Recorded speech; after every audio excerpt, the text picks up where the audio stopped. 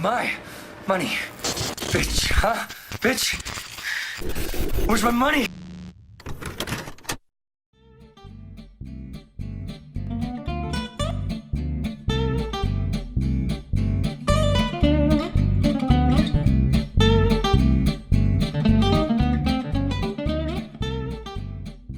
Hello, this is Sean. You're listening to the Film Focus podcast. Today, we're going to be talking about El Camino and a few other films. And once again, I'm joined by Matthew and Ben. Hello. Hi. Yeah, so I'm going to start by talking about Knives Out, which I just saw the other week, which is a new film by Rian Johnson, which I thought was actually surprisingly good because I saw the trailer for it and I wasn't really interested in it at all. And I think I had a bad taste left in my mouth from seeing The Last Jedi, which was famously written and directed by Rian Johnson a few years ago. We're not going to go into that because I think that's been beaten to death, that whole debate. can of worms. Yeah.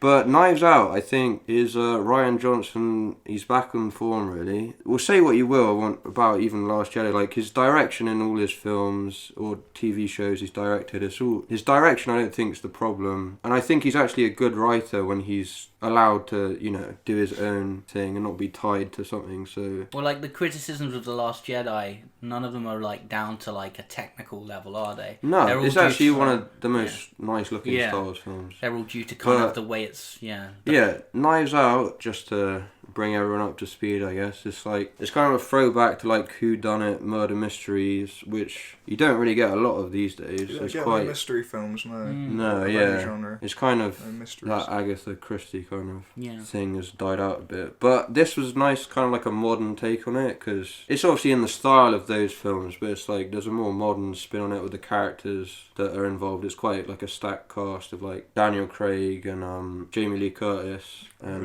Chris Evans. Chris Evans. Christopher Plummer, isn't it? Oh yeah, I think most he's famous for the Patriot. Kevin old Spacey. guy, yeah. Michael Shannon. It has like It's Michael Shannon. I think so, isn't it? He might be, yeah. Yeah, because there's a lot. One of the kids from the It films, actually. Oh really? Billy, I think, the stuttering kid. Oh right. He's in it. Oh right. And then you've got a guy from Get Out and Atlanta. Oh yeah, Lakeith Stanfield, I think is his name. Probably, I'm pretty yeah. sure that's. But he's a good actor as well. Yeah. So I thought the acting was all good and the characters were all kind of interestingly written. And there's twists and turns as you'd expect in that kind of film. I think the script was the best part of it because sometimes it's not the most interesting film to be watching, I guess, because there's a bit of a lull in the middle, I'd say, without getting into any spoilers. But when the twists and turns do happen, you kind of, you get back into it, and I thought it was really one of the most enjoyable ones of this year, to be honest. I wouldn't say it's like my favourite, but it'd be up there somewhere.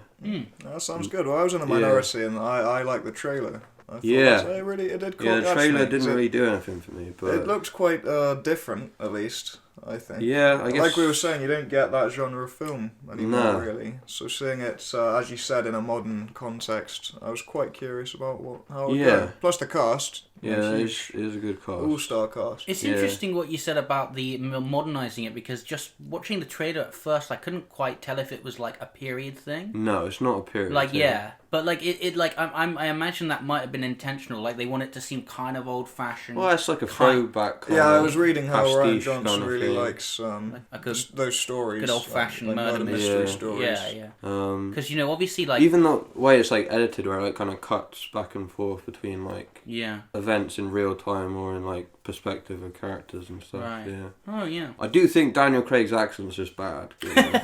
They do kind of make fun of that within the film, so I'm not sure if it was intentional. Like I don't know, but I didn't think it was a good accent. Other than that, I'd say I'd recommend it to everyone, like you guys. It's definitely something to be watched. And then Matthew, you want to talk about a film? Yeah. I believe? Well, I saw Blue Ruin, which is by, and I'm gonna butcher his surname, but Ben probably knows it. I think it's Jeremy Soulier. Saunier, I think. Saunier. Saunier, because it's a French name. It could be anyway, that. Jeremy,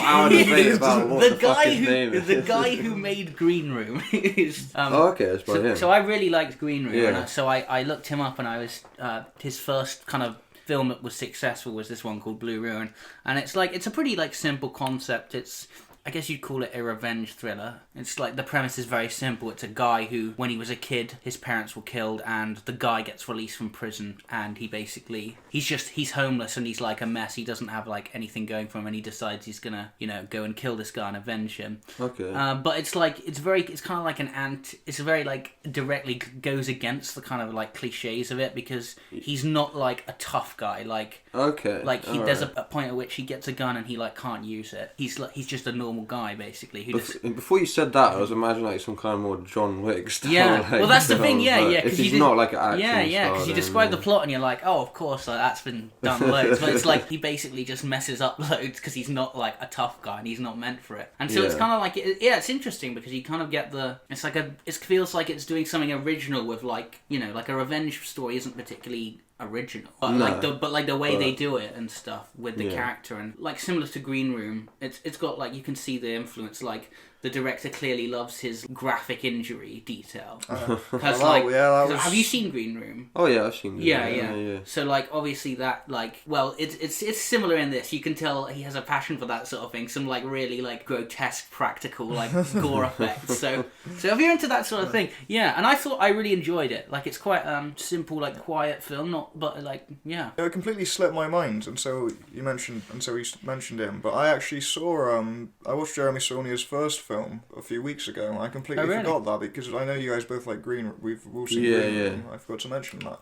Mm-hmm. It's called Murder Party, and it's I've heard of that. Yeah, I don't know if I have. I feel like I've heard. It's about a guy who is a lonely man who is invited to a Halloween party, and but it's a plot by a group of art students to kill him for a project. Like, it's really low budget. It's like a small indie film. Yeah. But it was decent. There's weird characters, kind of funny. It's a cool concept. I like the idea. Violence, I'm it's sure. Like, nice, graphic violence in that. So that was kind of like properly like small budget, properly independent, like Well, I don't know about Blue Ruin, but does any of his films that big budget? I don't know. No, but I mean like Blue Ruin was like it went to Cannes. Okay. So it was like... Yeah, I have heard the name. Yeah. So, like, in fact, I watched some, like, directors, like, special features on... He said after Murder Party, they kind of thought, like... Because it was quite well received, but obviously very small project. And he thought that, like, this might be it and his career might take off. But it took years for him to actually get, like, the money together to make Blue Ruin. Oh. Yeah. So it wasn't till that film that he kind of, like, started being recognised. And now he's got a film on Netflix, which is, like, set in Alaska, and it's another murder type thing. Like, a kind of spooky thing. I assume Blue Ruin's before Green Room, right? Yeah. I assume since then, that's how he got, like, Patrick Stewart involved in Green Room. Yeah, because the main character in Blue Ruin is one of the Nazis in Green Room. And he's the director's best friend. Okay. They've been like. In fact, I haven't seen Murder Party, but there's a good chance he could have been in it. Probably because he's literally like the best bud of the directors. Okay. So so I would recommend if you like Green Room at all, I definitely recommend. Yeah, I've wanted to watch that for a while. I forgot that. I'll have to watch his new one as well. Because that is on Netflix. You know what it's called? Hold the Dark. That's it. Hold the Dark. I'd quite like to see that as well, considering how much I've enjoyed these ones. So. Yeah, I need to watch these two, you guys. Yeah. Yeah, Blue Ruin and Murder Party. He's one to watch that, Jeremy. So I reckon Saulnier's I reckon that's probably... That. It's like the Grandpa Frick debate. Another film that both me and Ben want to talk about was Jumanji. Not the next... Jumanji. No, not the next level. That's the new one. Yeah, Welcome to the Jungle. Yes. Yeah, because it has the song in it. Yeah. Which I didn't think I'd ever be watching this film. I thought I kind of write films with The Rock off and Kevin Hart, to be honest. And I thought, this just looks like another one of their films. It's going to be generic, kind of... They don't exactly have a strong track record. No. Like, they're nice guys in real life, but they're... their films don't really appeal to me. But I wanted something kind of dumb to watch the other week, and it was on Netflix. And I was like, well, I have heard there's this group of people that kind of say it's actually alright. So it's like, maybe I'll give it a shot. And I was actually surprised because I really liked it. Like, it's not amazing, but I think it's a fun watch. It's a pleasant surprise. Yeah. It's it was good fun. I thought it's kind of, Jack Black is kind of, he disappeared for a while. But I thought he was actually really good in Welcome to the Jungle. I was happy. I thought he was funny. Yeah, I was happy to see him like in it. Like even though I just he's done some shit films, but I'm always kind of rooting for Jack Black because he is a funny guy. So when he picks the right. When he does well, he does really. And Karen Gillan, yeah, she's in it, and she was pretty good as well, kind of playing awkward. Well, that's the thing. They the premise, I guess. The premise is Jumanji has evolved because it has that power. I thought it was a reboot, but it's a sequel. Really? There's some references to the original. There are, yeah. Oh, right. So and it starts with the board game Jumanji turning into an N64 cartridge. I think was it an N64? I think there's some joke like, is it a Nintendo or something? But it's just going to be some old. In the 90s. Yeah, some old. So in the original film, it was just a board game. Yeah. But now it turns into a cartridge. It kind of sucks all these kids into it sucks them in after they choose their characters. And then, so instead of Jumanji affecting the real world, they are in the world of Jumanji as these characters. Yeah. And that's why there's a lot of comedy in the acting, because the actors, the Jumanji actors, that is, Dwayne Johnson, Kevin Hart, Karen Gillan, Jack Black are playing the kids who have gone into the game. And kind of like Jack Black gets like a teenage girl. Who's like very like obsessed with like taking photos and like imaging kind of thing. And obviously she's Jack Black, so he has a lot of fun with he has a lot of fun doing that. And then so the skinny kid becomes The Rock. Right. The athletic kid becomes Kevin Hart. And then the awkward girl kind of becomes Karen Gillan. Hot. Yeah, it's like a Lara Croft. Yeah.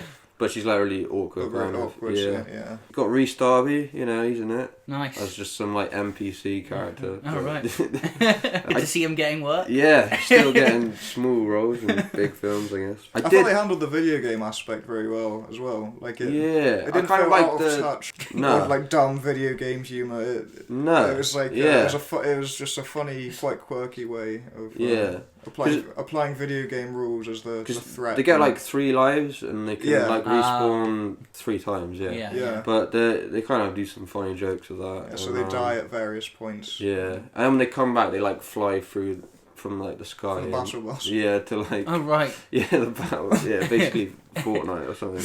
Yeah, I did think the bits that weren't in the game, like the start and end, were kind of shit, but the main core of the film was good. I thought, and enjoyable. Yeah, I thought just pretty good film. Yeah, it was. I would surprise. And now I kind of want to see the sequel because you got Danny DeVito and Danny Glover are going to be in it. Oh, Danny DeVito. Yeah. Well, I think in this one, Danny DeVito is the Rock. Yeah. Oh right. And then Kevin Hart is Danny Glover. Okay. And from the trailer, it looked like he did a pretty good impression of Danny Glover as well. I'd like to see the sequel now. In cinemas now. Yeah, sponsored by Jumanji.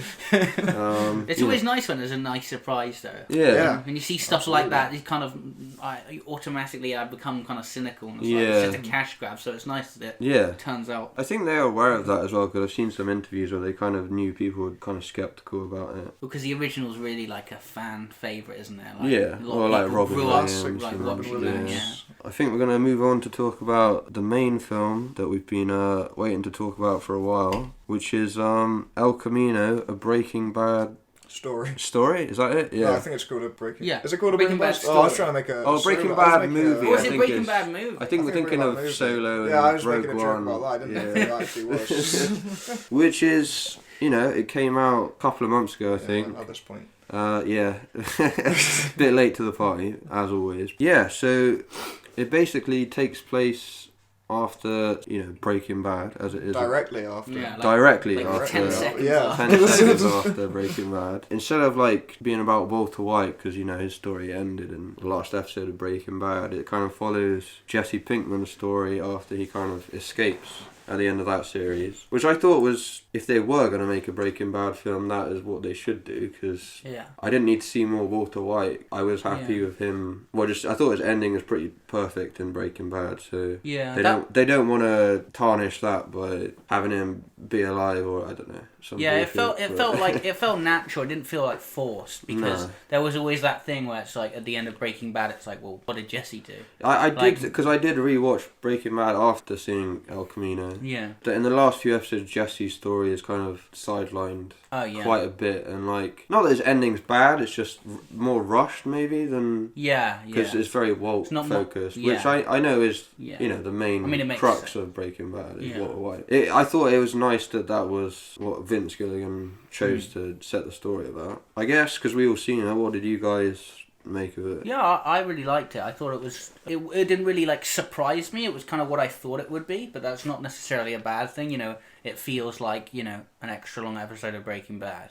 That's the best way to describe it, I think. That's fair enough. So it's not like it. I don't. Yeah, it's like it won't like surprise you on with something. But it's like if you like Breaking Bad, then I like this. I think you find it hard to not like this. Yeah. I pretty much got what I wanted out of it, to be honest. I didn't think it would be a film that was going to shock and surprise me. Yeah. I just kind of wanted. So but it was good. Like it was. I found it like surprisingly tense. Yeah, I enjoyed good moments. There were some really good moments of like drawn out tension, and not much to complain about really. The one thing that did surprise me was the fact that it was set immediately after the end of Breaking Bad. Yeah. I didn't know what the premise was, other than it being about Jesse. So I was expecting the years to have actually passed, and it would be like something, Jesse's. Yeah, no, I wasn't expecting that kind of more thing. adventure. Yeah. So I was surprised that that's really just like an extension of Breaking Bad. That is what I thought it was going to be. So that if you, I guess, were expecting something like that, I can see why that would surprise you, I guess. And it also meant that there was a lot that I didn't remember. Did you not get like the recap thing? No, we talked about this. I think. You got a recap on your. I got that. That didn't happen. I imagine that would be kind of confusing if you hadn't had that. So he goes to the vacuum cellar, the vacuum cleaner. Did you not remember him? I didn't remember that. Yeah. When he talks about the van picking him up by the side of the road, it started to come back. Yeah. And I was like, okay. And then he's with Kristen Ritter. I do remember Jane a bit. And he's talking about Brock, and it's like I remember that kind of. So I wish I'd either had the recap or rewatched Breaking Bad. Then those parts would be a bit smoother for me. Got the gist of it. Yeah, it's not your fault you didn't get a recap. Sorry, that's like Netflix's fault, really. Yeah, so if I think delving into this a bit more, I guess I did think the production was like, it did feel more like a movie than. It felt more cinematic. Than Breaking Bad. It's an extra long episode of Breaking Bad plot wise, but that undersells the production quality. The direction and production value, I thought was. It is very polished. Yeah. Compared to an average TV episode. Not that Breaking Bad ever looked shit, because it was a very cinematic show, but you could tell that, like, because it's 2 hours, they're going to put a bit more money into it than like another 10 episode thing or something. I thought it was actually quite interesting from that perspective, because it's like it's set in the same place as Breaking Bad, it's the same sort of stuff, it's not an action, nothing spectacular, but just having that like bigger budget and was noticeable. I agree. It's funny you say set in the same place, because I really liked seeing New Mexico again. Oh yeah. As soon as I saw it, all my memories of Breaking Bad came back. Yeah. I thought, that was. Have you not been watching? I guess me and Matthew are more familiar with that because we watched. You watched Bad School Saul, as well. That's true. Yeah. There is less desert stuff. That's true. Yeah. So it was nice to see. Don't get as much driving through the desert. Yeah. So I guess we kind of need to delve more into the. Yeah, I guess we're gonna say spoilers. Yeah, let's get into it's quite difficult. Spoilers, yeah. A lot happens kind of from like. We're gonna assume watch Breaking Bad as well, because you won't get anything out of it. Literally. I would not recommend it. No. People aren't familiar. I guess that's a good point. It doesn't work as a standalone. Yeah, it's not. It's a terrible standalone.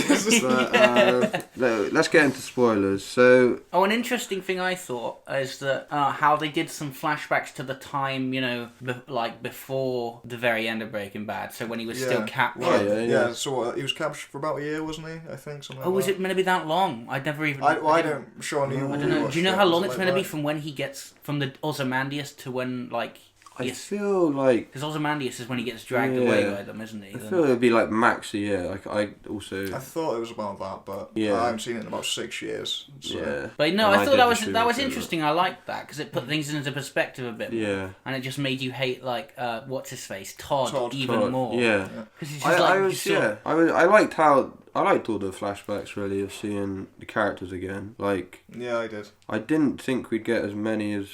we got, to be honest. I knew Jonathan Banks was in it as Mike. I knew Skinny Pete and Badger and Mike were going to be in it, yeah. I didn't know Todd, Jane, or Walt. Or Walter White's forehead would be in it. Going off of that, some of the actors look quite a bit different. Yeah. Especially Todd. Todd in particular is because the first scene you see of him is kind of like from a low angle and he's kind of like, his face is kind of obscured by the bars. Like, oh, that's an interesting way of getting around his like weight gain, because I knew from like other films I've seen of him in that he's a bit of a bigger lad now. It was kind of jarring when it did cut to like a wide shot of just Todd. I mean, you know he didn't look like this. At that point in the chronological order of Breaking Bad, it's like, oh, okay.